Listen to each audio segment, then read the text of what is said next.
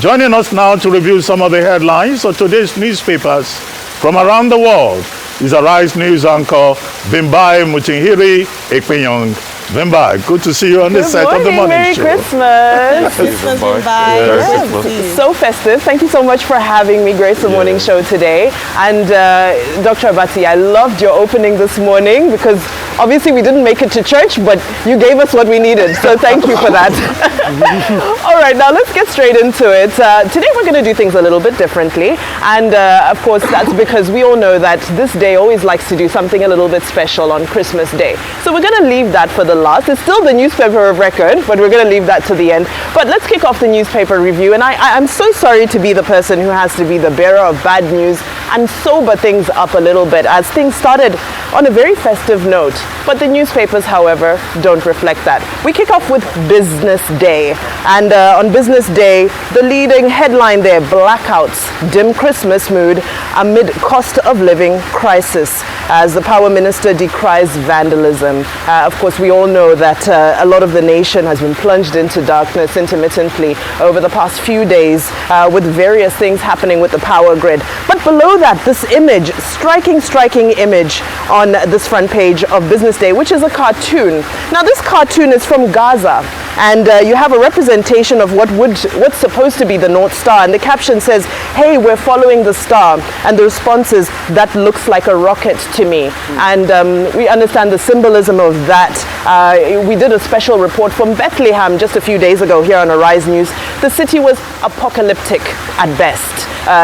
This is a place that's usually a hub of activity during this time of the year, and unfortunately what they're looking at this year is not the North Star, however, it is rockets. So that's very unfortunate. Let's move over to The Guardian, where unfortunately it's more of a sobering news. Unusual Yuletide as cash crunch, unaffordable prices mar celebration. And I know Refute touched on that a little bit earlier, where we're all talking about the Naira scarcity. We went into last Christmas on this note. Here we are again, another Christmas, another Naira scarcity. The Guardian always does a good job of breaking it down with infographics and good images. And just some of the prices. You look at the prices of 50 kg of rice, for example, which was 27,000 in May of 2023, and looking at December 2023, it's now 68,000, 150% rise. And there's an overall breakdown of that. And this depicts the general mood in the country. As much as we want to be celebratory, as much as we want to be festive, we have to be sensitive to the realities that are happening in our environment. Next up, we'll take the Daily Independent. Now, on the Daily Independent, shall we say a glimmer of hope?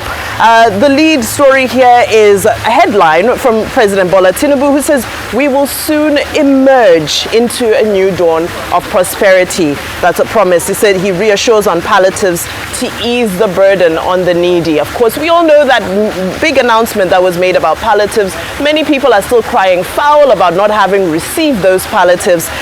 But this is an assurance from the nation's #1 citizen that they're working at it, and hopefully a promise that reprieve will reach the masses very, very soon.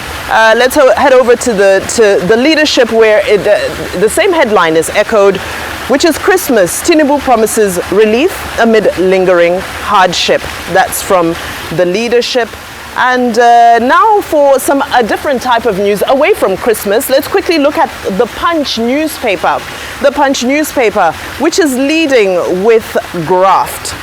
The lead story there, 187 billion fraud. EFCC arrests humanitarian ministry's contractor, probes 4 Buhari ministers. These are some of the investigations that are ongoing concerning some of the ministers that worked in the last president. Of course, in the last president's cabinet, excuse me. Of course, we have seen several individuals currently being investigated, and EFCC is very busy at the moment. So we'll dive into that. Now, of course, when we speak of EFCC, we can't leave out what's probably one of the biggest news stories today, and that is about Emefiele commenting, reporting back. Of course, he's not in a position to say much, as his trial, his case is still in court. However, he has spoken back. He's bitten back at some allegations that have been flying around in the media space. So we look forward to delving into that. Of course, he's speaking to some of the accusations, particularly from a report that was done by Obazee, and he's responding to what he can respond to, of course, as the matter is in court. Same issue on the Daily Sun. Daily Sun, Emefiele's many sins. 17.369 trillion ways and means unaccounted for. 205,000 pounds, blown on changing colors of new notes. 769 billion naira illegal currency in circulation. 9.1 billion naira spent on e-naira without presidential approval. Emefiele, allegations against me, false, misleading. Of course, he does say that, one of the big allegations that shook people was that the president did not approve the Naira redesign, and he's speaking to that, and he's defending himself. And now we'll just take one more newspaper very quickly for us to analyze. We'll take the Daily Trust. All right, the Daily Trust, again, leading with Emefiele. Emefiele sues investigator, denies opening 593 foreign accounts. He says, report indicting me satanic, defamatory. Those are his direct quotes. And he says, Buhari approved the Naira redesign. He demands thorough, transparent investigation. And above that, TGI denies link to Emefiele as Titan defends acquisition of Union Bank. Another big business story. I'm pretty sure Rotus will take us through that. And at the very bottom of Daily Trust, at Christmas, expect prosperity soon. Tinubu tells Nigerians. Well, on that note, I'm going to bring the conversation back in. Rufai, should I kick off with you? Expect prosperity soon, Tinubu tells Nigerians. I mean, we can only be optimistic. We can only be hopeful. Amidst all of the chaos and avarice of this year that is fast, going out, the economic situation was really bad. I mean, take for instance, Christmas period, scarcity. Somebody went to the bank yesterday and said they couldn't even get 20,000 naira from the bank. That the least you can get, the most you can get in most banks are 10,000 naira. Sometimes even 5,000 or even 5,000 naira in most banks. So, and it shows the chaos. And when you also see the POS operators, how they behave, look at even the 50% slash, some people said they were able to benefit from it as regards the train. Some people they could say they couldn't. With the buses, some people claim that, that they had increased tremendously the price of the buses. So when you effected a 50% slash, it was still marginally not as much. Not marginally different from what they would have paid before. Some people, I think Leadership newspaper yesterday complained bitterly about the fact that this scheme did not permeate into the parts of the north.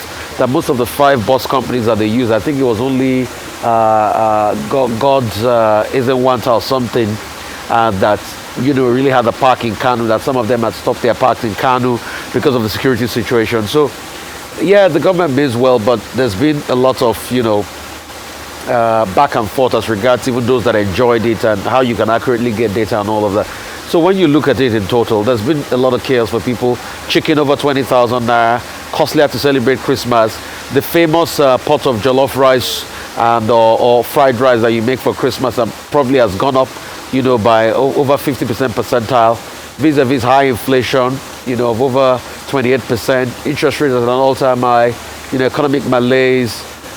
Even despite the fact that we have redenominated how we calculate unemployment rate to say unemployed person is probably somebody that works for an hour every day, which is a far cry from about the 20 hour every week or something. We still have a quagmire. It still rose by 4.2%. That means if you are looking at the initially prorated rate of over 3%, it should be real. If you are losing the real benchmark of over the 20-hour working week or thereabout, it should be way close to 40% now if you are to use that benchmark. But because we have used another benchmark, a very, very small, shallow benchmark, and that's why we've not been able to get the numbers appropriately. So you have all of this challenge, but we can only hope for the best in 2024 and hope that our leadership do right. But something really exciting about what this day has done, like we all normally do every year, is we're able to target people that are doing well in the political scene. So we're going to come back to that. Yeah, so we have a robust I'm going to have a robust conversation. But basically, when you look at it, we can only hope. The president has preached peace this season.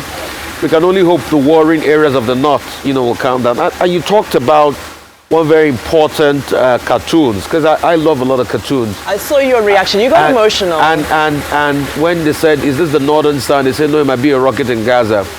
Yeah, many years ago, a song was released. I think it was by Life Aid or Band Aid, one of this charity bands, that said that, and the song says, "Do they really know it's Christmas?" And it was a song that talked about the plight of children in warring parts of the world. I think then it was about the plight of children in Ethiopia with the famine. Now the question is, do children really know it's Christmas in Gaza? Do they really know it's Christmas in villages like Tudumberi that was inundated with a bombing, mistaken bombing in Kaduna? Do they really know it's Christmas in all the warring parts? And that's why I think Christmas really is for the hopeless, those that have no hope. It's for reaching out to those that have no hope, because like Dr. Obazee was saying rightly, that's the essence of the season. What's the significance of the birth of Christ? Christ came for the redemption of souls. We were forsaken. We were dejected. We had fallen short in the eyes of God until Christ was sent to do the redemptive work.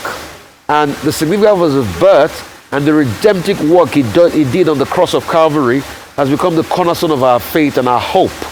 Because we see the days are dark, but we hope and we know that definitely things will get better. So for the hopeless people, those that don't know where the next meal will come from, those that are down with cancer, that they've told this might be their last Christmas, I think that's the essence of the season. And like the president and other leaders have said, it's a time for us to be hopeful. We'll constantly hear the bad stories, but we'll constantly be hopeful in the possibilities of a great future.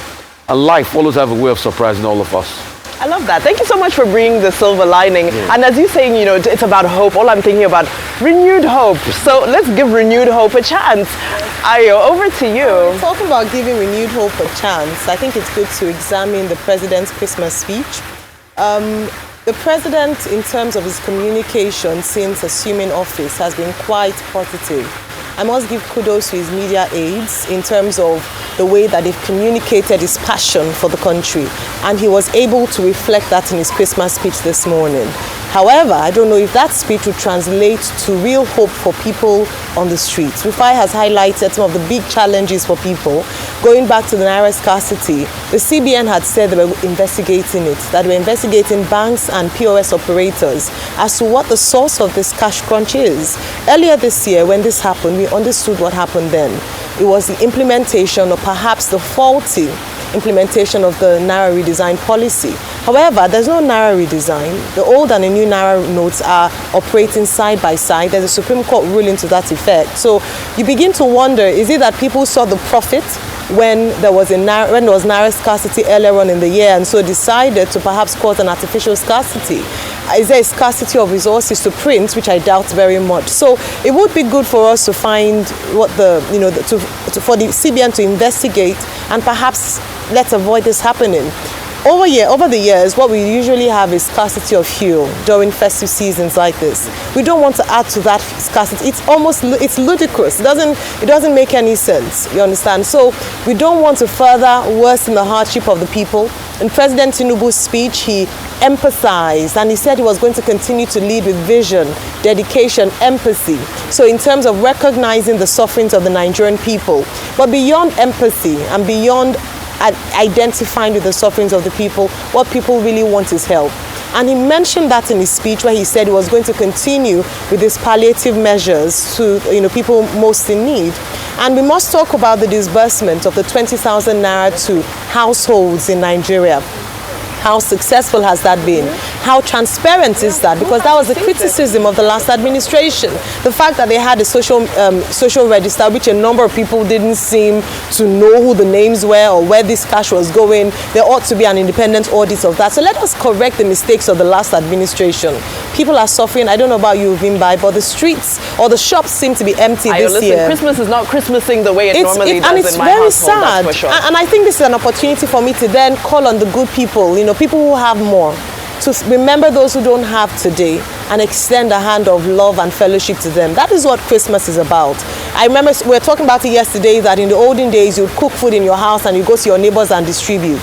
even though it's small, let's not kill that spirit. We are people who are loving, we're people who are giving, and more than ever before, there are people who are in dire need, cannot eat, talk more of Christmas chicken, and they just want to eat.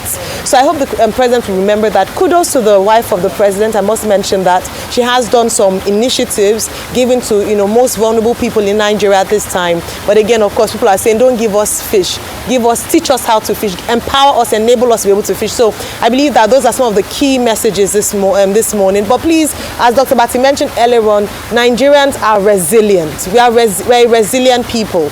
Let this situation not kill our resilience, and more than ever, please think of how you can put a smile on the face of someone else this morning. I'm sure we'll talk about the persons of the year shortly, but let me also talk about the former governor of the CBN, Gordon Emefiele. Dr. Obazee would want to talk about detail, but just to touch on it, that finally he's been able to meet the conditions of bail. He's now a free man, at least in terms of whilst his case is ongoing, but also to talk about that, that indicting report on him by the special investigator by the federal government. I do believe, I mean, he's come out to refute most of the claims, but if the investigator is saying that President Buhari was not aware, then it's an indictment on the last administration. How can the president not be aware of such a policy, in quotes? And still come out to make a public broadcast? I think it's disgraceful. I mean, then we need to audit the entire administration from top to bottom. If such a public policy, and a policy that put a lot of hardship on many Nigerians, went over the head of the president, that's a big deal. I think it's almost more a big deal than what the report says. So that needs to be investigated thoroughly. But we still have that unfolding. Right, now, First, let's talk about this message of hope. And to make the point that the entire framework of Christian eschatology is based on the foundation of hope. If you look at the Bible, the Bible talks about salvation, about hope, about redemption. If you believe in Jesus Christ, you are assured of redemption. So Christianity is based on optimism. Even in afterlife, we're supposed to do good there so that we can go to heaven and sit on the right side, of God. So, it's not surprising, therefore, that from the Pope to the First Lady of Nigeria to the President, all the messages have been about hope. The President says he will do more in terms of palliatives, and that there will be a new dawn because government is committed to serving the people. At the same time, he recognizes the sacrifice that our fallen heroes have made. And this is ahead of the January 15th Remembrance Day, for fallen Nigerian heroes. And at the same time, he preaches kindness. Okay? So the kindness that he has preached, well, if you benchmark that with what Joe Ajero is saying, the president of the NLC, the president of the NLC is also preaching hope. But he is talking about government taking concrete measures, not palliatives, not 50% transport fare reduction, the concrete measures that can move the people out of poverty. And Mrs. Tinubu, the First Lady, hosting children, from a children's home, was saying that, look, parents should not preach poverty.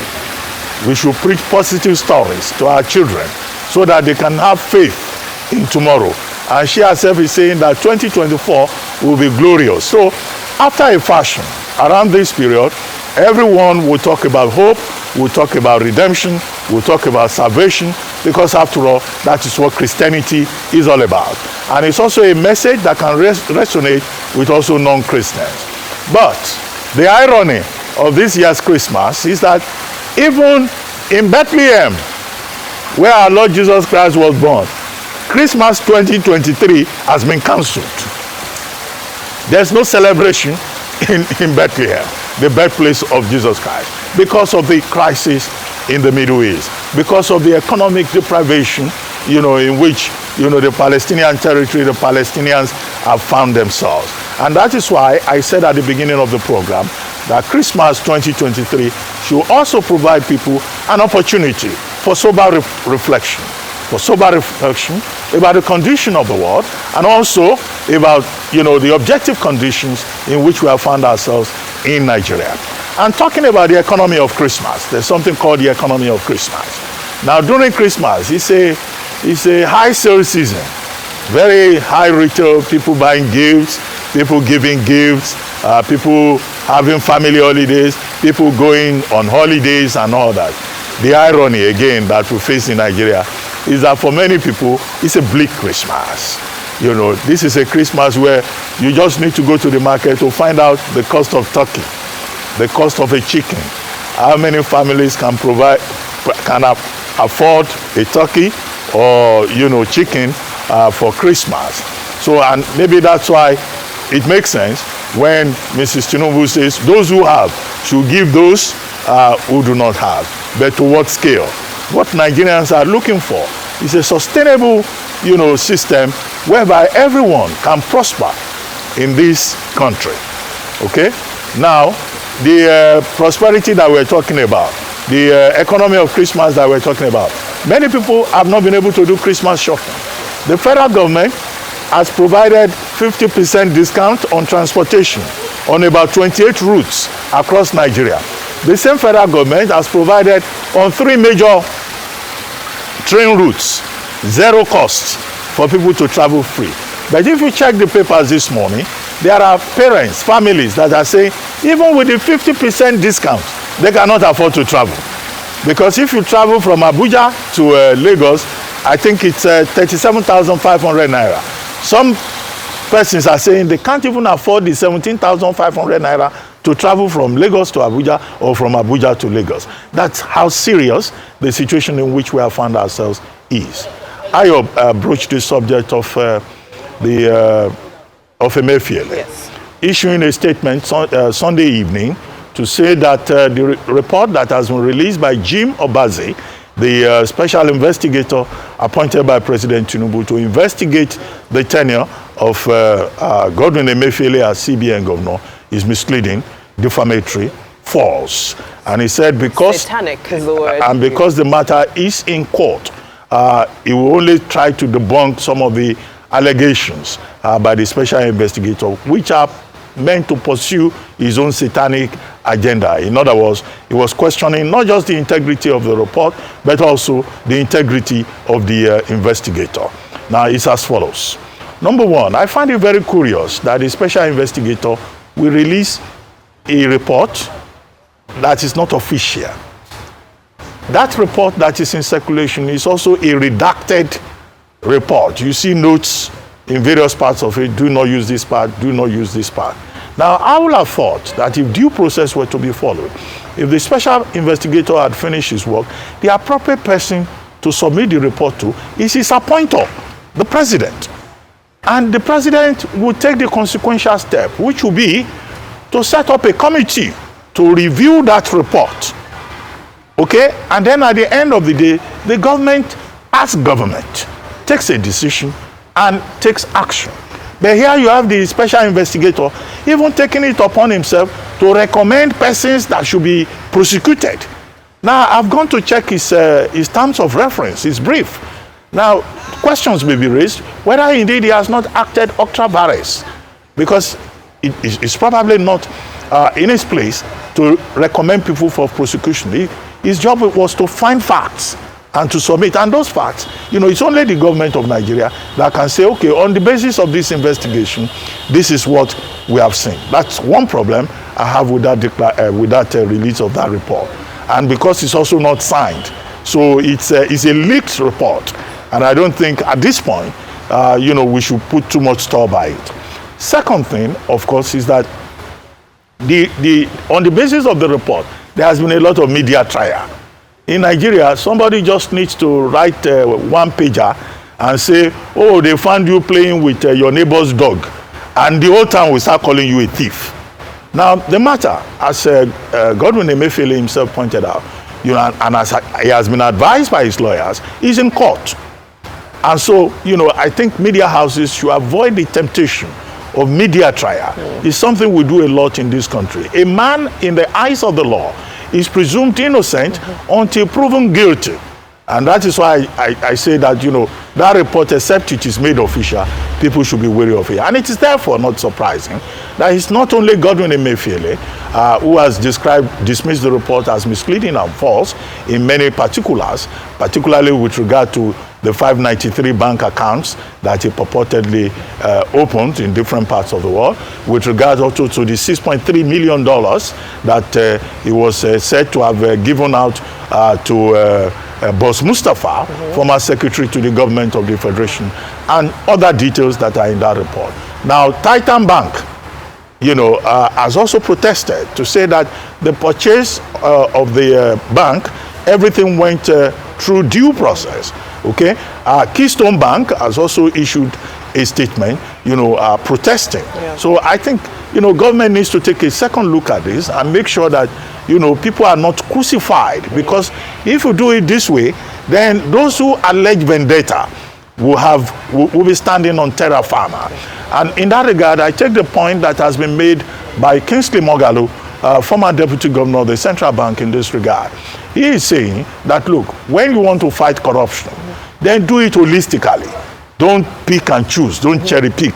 Otherwise, you lay yourself open to allegations that you are victimizing people, that this is a case of vendetta. He, however, does not have very nice things to say about Godwin Emefiele. He thinks that he's the worst, central bank governor in the history of Nigeria, for reasons that he outlined. Moghalu says he violated Section 9 of the CBN Act of 2007 for getting involved in politics.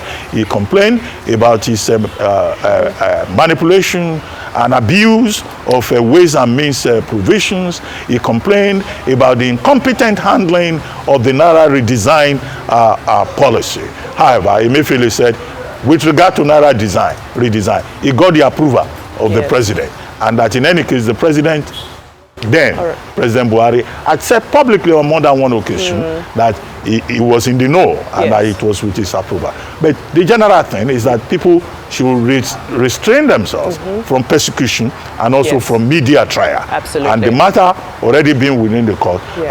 Godwin Emefiele and others who may be indicted, they have their right under the laws of Nigeria to have their day in court and to be entitled to fair hearing under the laws of Nigeria. Absolutely. And while you're talking about us rating people as being the best or the worst or the whatever they may be, we go to this day, of course, our newspaper of record, where today is all about the movers and shakers. This is part 2 of the People of the Year special, but we're going to get straight into it because time is not on our side. Movers and shakers. Rufai, I know you already wanted to jump in there, but just very quickly, of course, we've got the 4 faces of the presidential election at the very top there. Bola Tinubu, President Buhari, Atiku Abubakar, Peter Obi, and what's the pictures themselves are not as exciting as what's written on the inside about each of these individuals, which I found to be quite profound.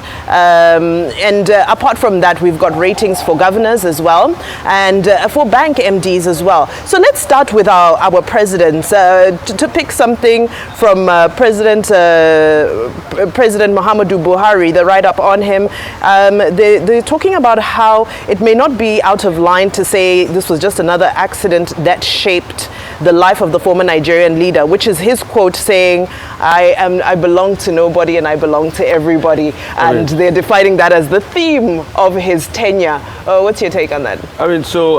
This is the year 8 years where we get to look back at Buhari's tenure. And if you remember, that's why I say politicians should be very careful. There's a thin line between love and hate. As at a point in 2015, Buhari was the most loved man in this country politically. When I see the euphoria around him, it was unbelievable then. Everywhere was say Baba. But the truth is, over the years, with the policies and the aloofness as complained about by some people that served in his cabinet as ministers, and the general economic malaise just plunged this country.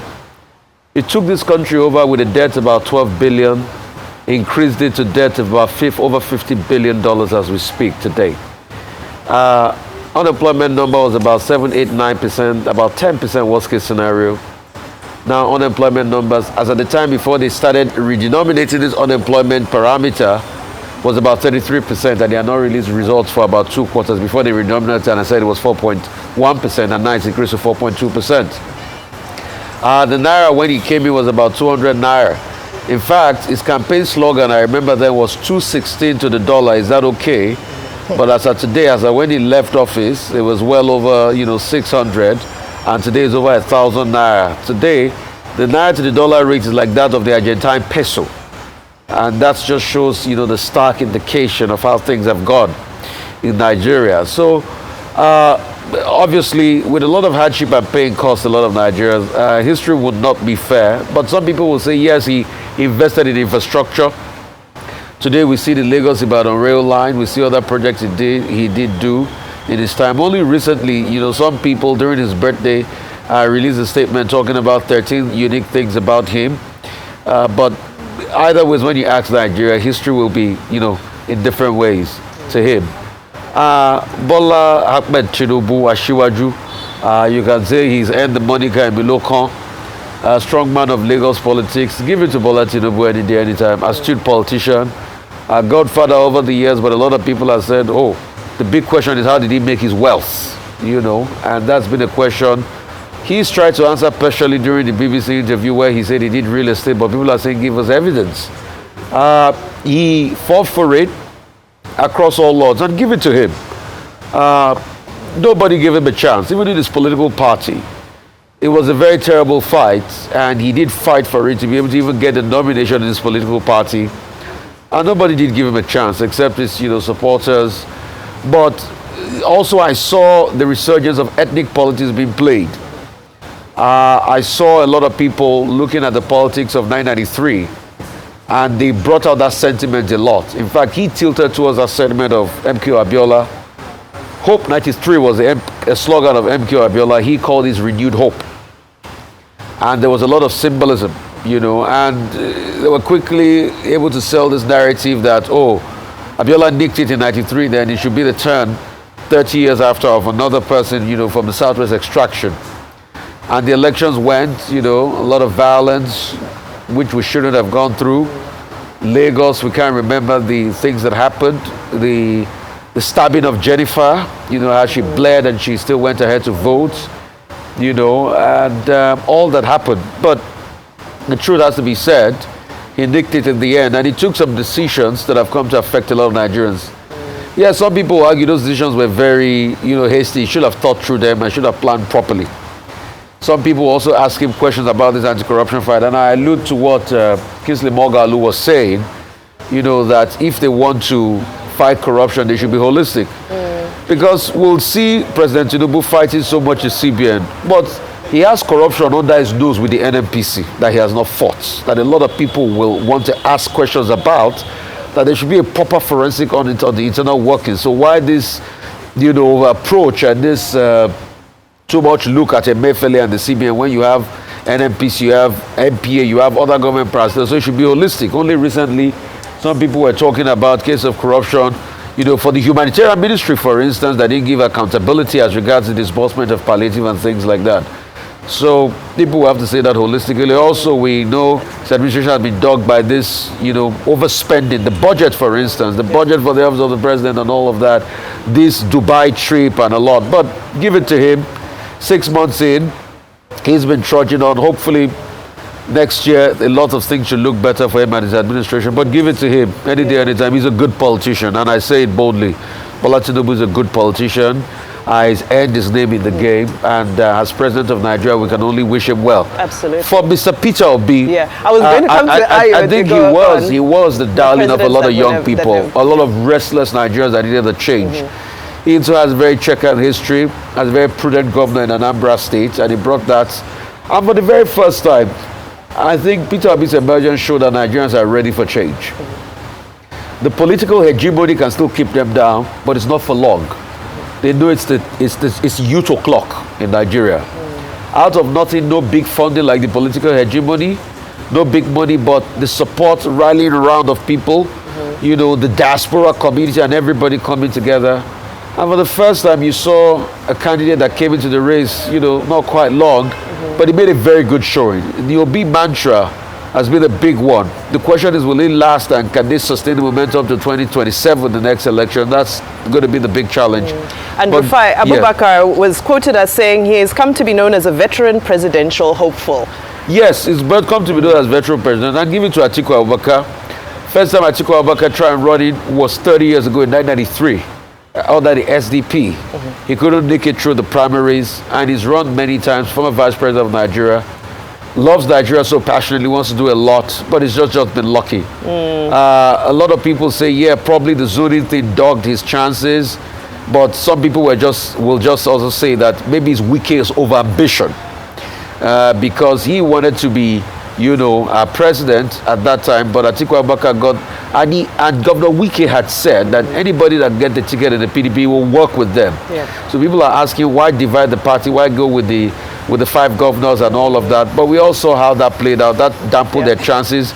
Rivers, that used to be a big winning ground for the PDP, was no longer. I'm so sorry to rush you. So there's a lot going on as regards those 4 figures. But they've earned their right. And President Muhammadu Buhari, too, some people say he's earned his rest. He's been in Dara. Well, he's certainly a mover and shaker. But he's a mover and shaker. and we'll see how that plays. And you touched on Governor Wike and governors in general, who also form quite a significant part of the movers and shaker. Ayo, from Obazee, Al-Rufai, our very own Sanwo-Olu here in Lagos.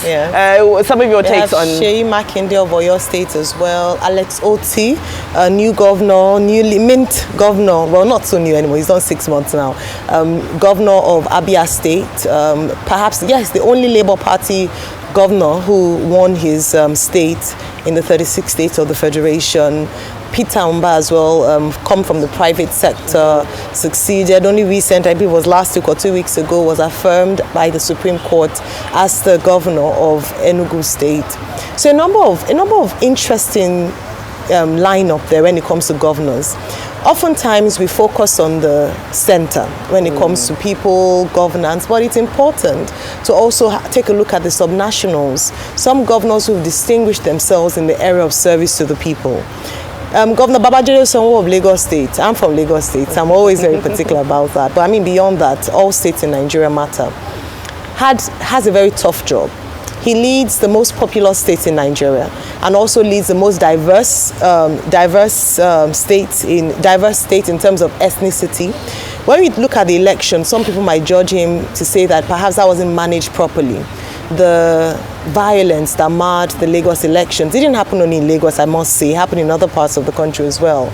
But Lagos being a bit more cosmopolitan and ethnically diverse, a number of people thought that we ought to have gone past that level, and the governor should bring people together, and he did that. I mean, to a very large extent, his messaging was quite positive. Let's bring people together, but perhaps maybe might have handled it a bit better in terms of bringing people together. Governor Alex Oti has come on board with guns blazing. His policy around cutting back on waste in spending in government has been very popular. His infrastructural development. So I think it's quite an achievement to make this list in 6 months. A number of people who made this list are 2-time governors like Seyi Makinde. Seyi Makinde also rode on the popularity of his first term. He seemed to be quite popular in Oyo State. Remember, when he came into power 5 years ago, it was from an APC stronghold, and the PDP then gained ground with him emerging. And then, aside from former Governor Ajimobi, he was also Kosheleri. Former Governor Ajimobi was called Kosheleri for a 2-timer in Oyo State. But Governor Seyi Makinde has been able to do that as well. And a number of people put that down to his popularity amongst his people, the development in Oyo State, his open governance. I think that's really quite important. Governor Baseki as well, being a PDP strong man, especially with Edo State, also being able to hold the state together. Some people might criticize him in terms of infrastructural development. He's coming gradually to the end of his tenure. Next year, he will bid goodbye government house in Edo State, but he still comes up on this list, and I think for good reason too. He's a 2-time governor. We see other governors right there.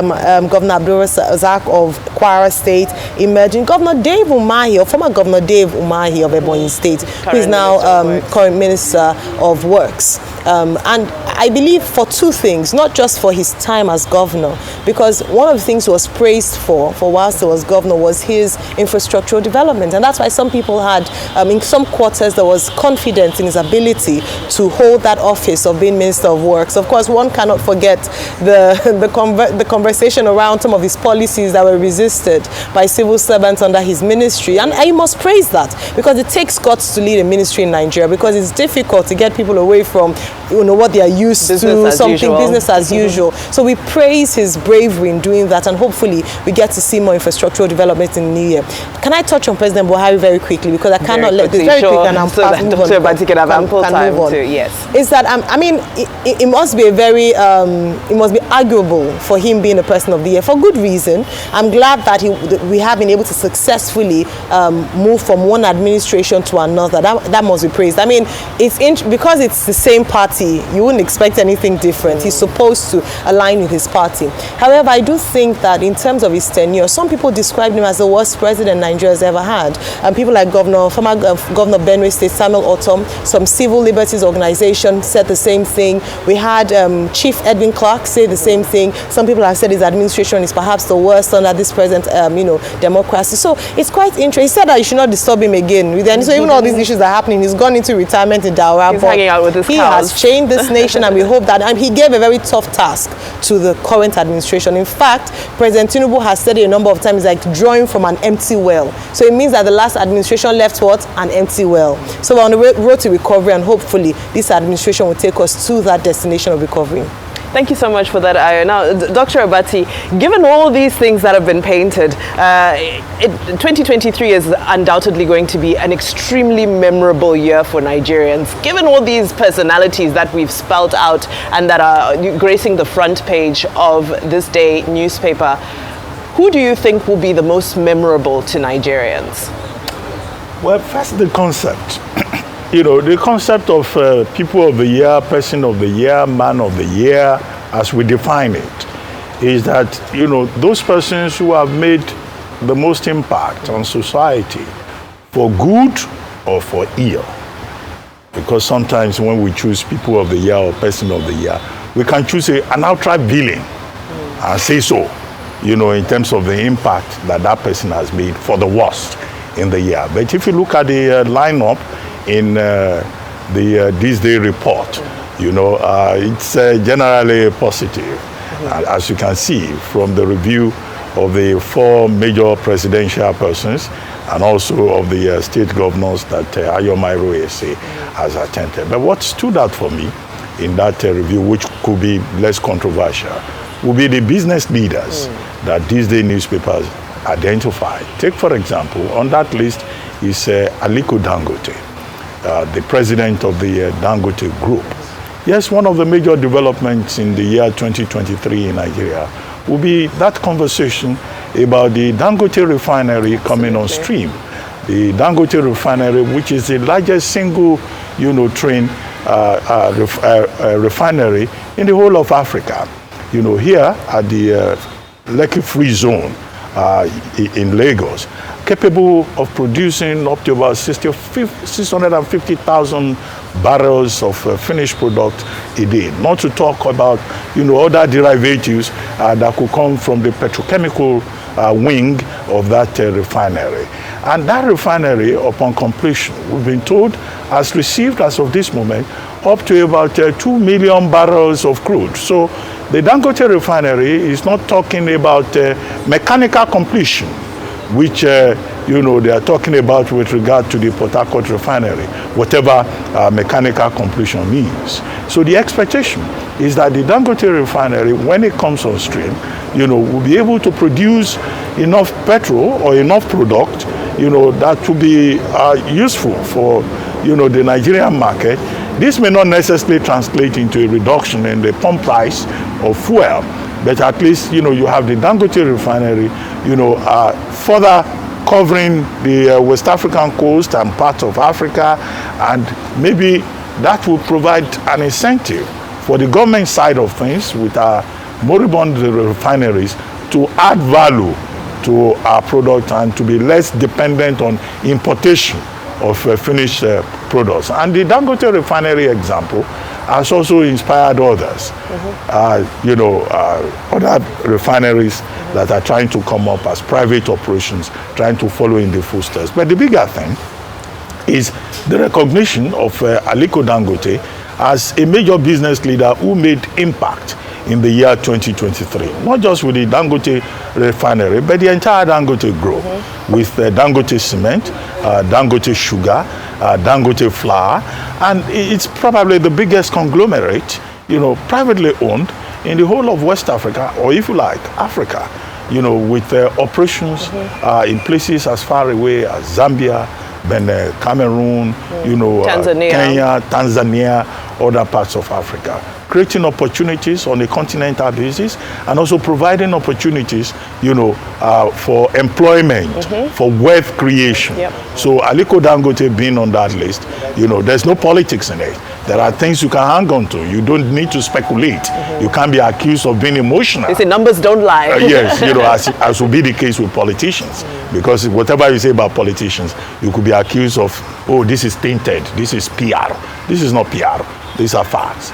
And then another person that is on that list is Samad Rabiu, the chairman of the Bua Cement Group, and Aliko Dangote's number one rival. They are rivals in cement. He too now wants to build his own refinery. And he's been able to make some impact. One of the things he did this year, for example, was announcing that he will help the government to bring down the price of cement, of a bag of cement, bring it down considerably. So that's also another thing that I think the This Day newspaper has legitimately acknowledged and recognized. And then, of course, you have Femi Otedola. Femi Otedola, the chairman of Geregu PLC, which is one of the leading Genco companies in Nigeria, and also non-executive director of FBN Holdings. Now, you will recall that when Femi Otedola earlier in the year or so, moved to acquire more shares in FBN Holdings, right? And he became the biggest single shareholder in FBN Holdings. That added value to the shareholders, okay? And at that time, I think it was Reuters focusing exclusively on that subject, about how an investor can be an activist. An activist that adds value, and that's what Otedola stands for. And his own example was emulated by others. Yes. It generated, more activities on the Nigerian bourse. So, legitimately again, this day has recognized him. But even more importantly, for what he has been doing in the arena of education. Oh yes, consistently. He is the chancellor of the Augustine University in Ekpe, where he has taken up the payment of the school fees of most of the students, and where he has donated infrastructure. So it's not just about making money, in the electricity sector or in the banking sector or in the oil and gas sector. We see in the Otedola example, a billionaire who gives back, who invests in other people, and the manner in which he has gone into the arena of education is very important. After all, we make the argument all the time that education is very important. And for Nigeria to be able to compete in the future, we should invest more in the education sector. Well, Mele Kyari, the group managing director of NNPCL, is also listed as one of the major business leaders by the This Day newspaper. Now, that's understandable. It's Mele Kyari, Engineer Mele Kyari, who has presided over the Petroleum Industry Act process and the transition of the NNPC from NNPC, fully government-owned, to a limited liability company, NNPCL, as it is now known. And that, company is still in the face of transition.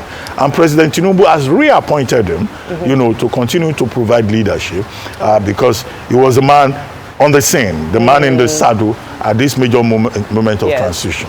And part of managing that transition is the reorganization of NNPCL, which people, Nigerians specifically, say indeed needs to be reorganized for greater efficiency, including those who complain about what they call the opaqueness of NNPC operations. But of course, with NNPCL, now a limited liability company, a profit-driven, stakeholder-driven operation. The work of Mele Kyari is a very important one, considering the strategic importance of the NMPCL to the survival and the future, the prosperity of the Nigerian economy. More than that, he has also had to superintend the revival of the refineries.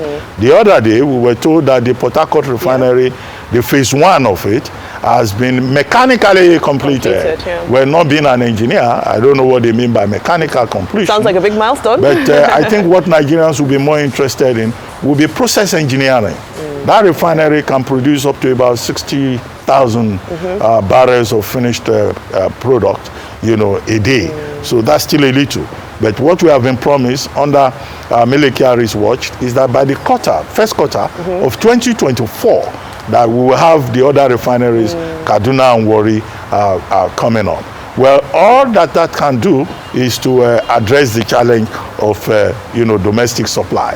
Now, beyond this, I also see on that list Benedict Orama, who was named by Forbes as the person of the year. As we round up, and Benedict Orama of the Afrexim Bank, he's been doing a lot in promoting investment and supporting development projects under the auspices of the Afrexim Bank across Africa. I saw it on that list also. How about Wigwe of Access Bank? From the bankers of the Access Bank is one of those big banks in Nigeria, with branches also across Africa.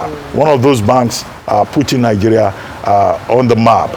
But more importantly about Wigwe is that, like Otedola that I mentioned earlier on, he himself, is giving back to society with the establishment of what is called the Wigwe University, which he has established in his hometown of Isiokpo in Rivers State. And, I've been seeing the adverts and all of that. And, this is a good example of people who do well in business, who do well in their careers, and they think of the future.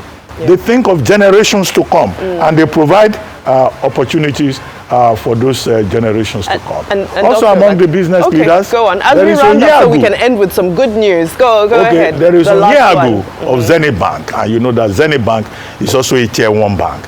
And there is also Agbaje of the GT Holdings, right? That's a GT Bank, owners of GT Bank, for innovation, for creativity, for promoting investment and entrepreneurship. These are the persons that this day has recognized. And I think that very few people, would argue with the choice that they have made in terms of those, business leaders who have stood. I would have loved to comment on the political choices, but unfortunately, we don't have time. I love how you put that, Dr. Obazee. On that note, thank you so much for allowing us to round up on a positive note. Thank you for allowing us to round up with some good news. After all, that is the reason for the season. It is good news. And amidst all of the headlines, although not all are positive, it's just a reminder that Nigerians are formidable, Nigerians are resilient, Nigerians are brilliant in every sense of the word. So we thank these business leaders, the banking leaders, and even these politicians who have also made this year one that's surely worthy to remember. And we know that they will usher us into the new year with greater things to come, with renewed hope, right? Yes, renewed hope. Yep. That's the newspaper review with me. Thank you so much for making my job very easy this morning. I can go and have my Christmas tea now. Thank you. Enjoy Christmas today. Enjoy Christmas. My regards to you know who.